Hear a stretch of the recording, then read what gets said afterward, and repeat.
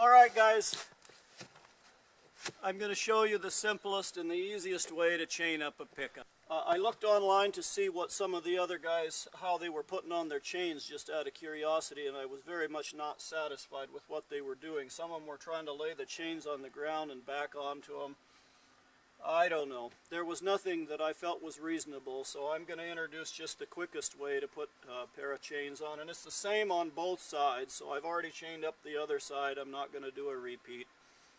For you guys that are in a hurry, I'm just going to go ahead and do this. You can watch, and then I'll make a little explanation when I'm done for those that have time to watch the rest.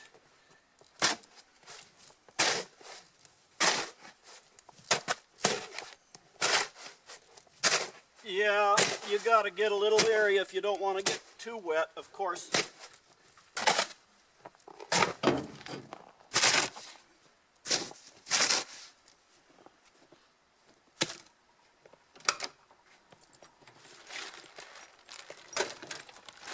Now this is just me. I don't like getting my clothes wet. Lay them down in slush puddles.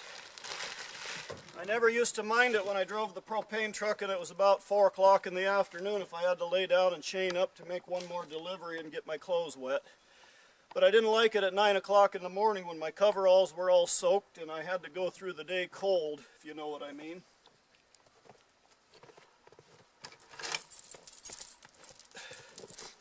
Now you guys that have chained up trucks hundreds of times know what I'm talking about when I say store your chains in such a way that they don't get tangled and turned inside out, and even store them and lay them in such a way that you can grab them the way they go on the tire. And of course you know by now, you guys that use chains, that every truck you got to get a pair that you either take a cross-link out or add a cross-link or make them just right for the tires you're using. I do this so much, if I didn't do it very often, and I would recommend for some of you guys that only chain up occasionally, squirt some orange paint or something on the cross-link that goes right on top of the tire so you can lay it that way every time.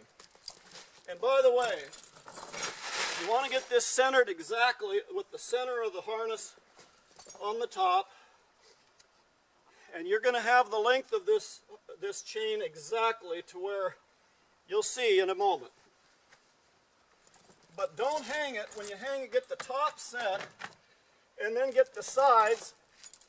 Make sure that it's around there where you can reach it on the left side, and get the sides where they're kind of in.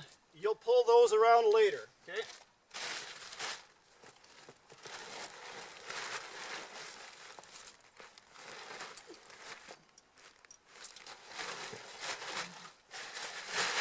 Okay, it's as simple as that. It's all over but the shouting right now. I've done the hard part. I laid down. You've got to get the snow off you if you're going to stay dry. Now you pull your outside rail around to you. And you know by now, you chain up before you get stuck. Now I'm just plowing, so it's fine, but you don't let this spin and dig down. If you're out four-wheeling somewhere, you don't let this tire get dug down and then try to chain up.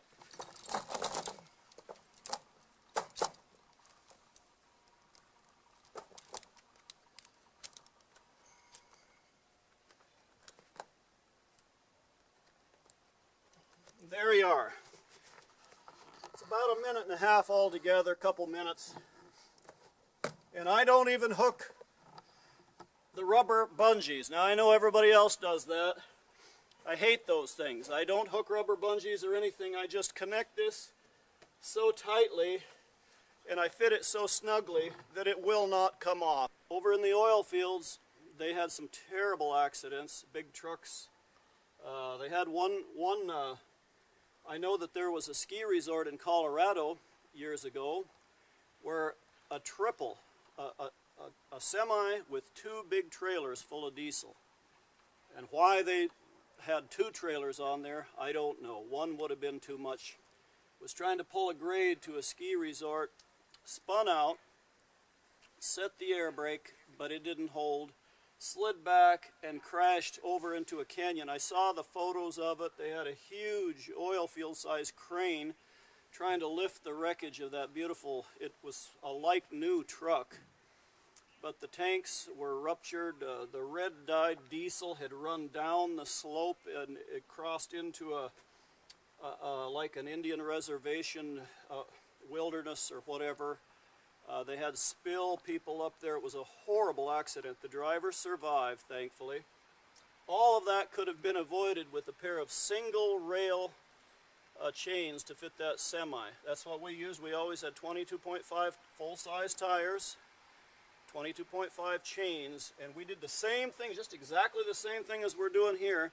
The only thing different is you had to have a piece of wire or a rod, a little piece of metal with a hook on the end to slide between the duals and catch that inside rail, pull it to you.